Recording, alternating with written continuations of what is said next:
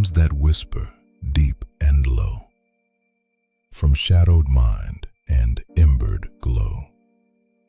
Not all that calls is meant to stay. Some guide, then gently drift away.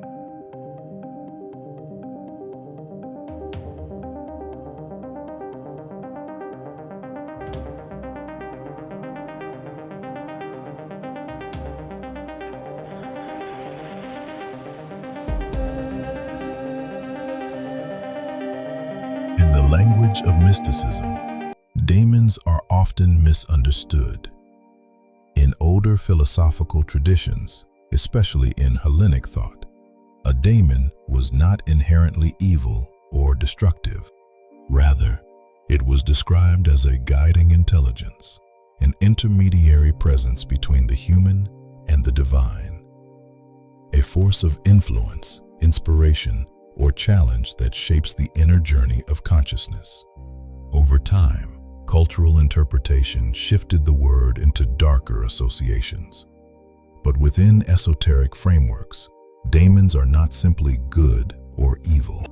They are expressions of force, archetypal energies that reflect aspects of thought, desire, fear, ambition, and transformation. To engage with the concept of demons is to engage with the architecture of the inner world. Some traditions describe them as mirrors of the subconscious, forms that arise when deep emotion, unresolved conflict, or intense intention takes shape in symbolic form. Others view them as independent intelligences that exist within layered realities, responding to resonance rather than command. In either view, daemons are not external masters. They are reflective presences. They amplify what is already present within the practitioner.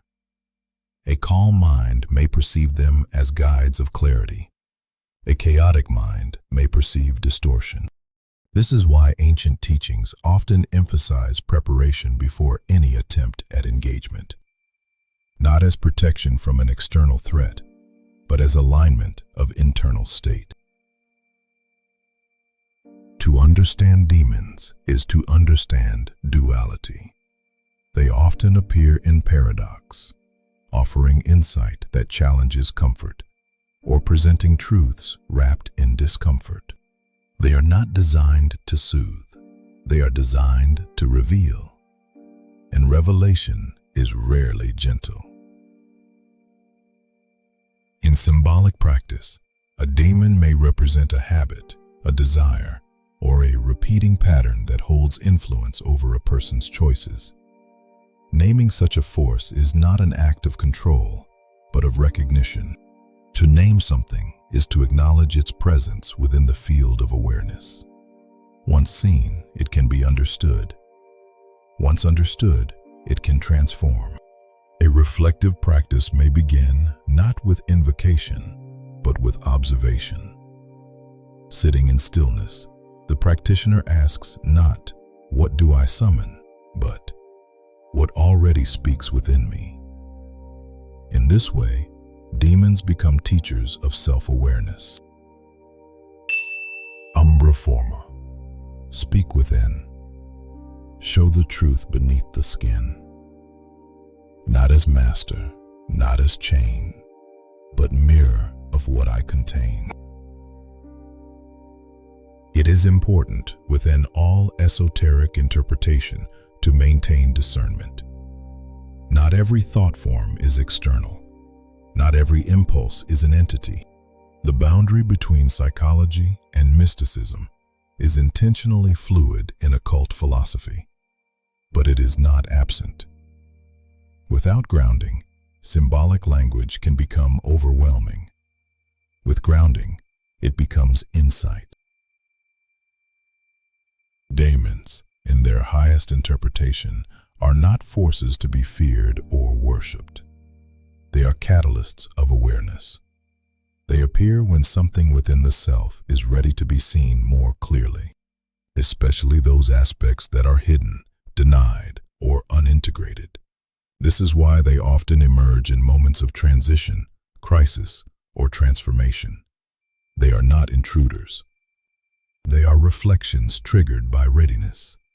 And like all reflections, they fade when the lesson is understood. The practitioner is reminded, engagement is not possession. Awareness is not surrender. And insight does not require bondage. To walk this path safely is to remain centered in identity, while observing symbolic movement without attachment. When the work is complete, silence returns, not as emptiness, but as integration. What was hidden becomes known. What was feared becomes understood. What was separate becomes part of the whole. And in that quiet clarity, the demon is no longer a mystery outside the self, but a fragment of awareness finally seen in full light. No voice commands what I become. No shadow holds what I have done. Within the mirror I now see, all forms dissolve, and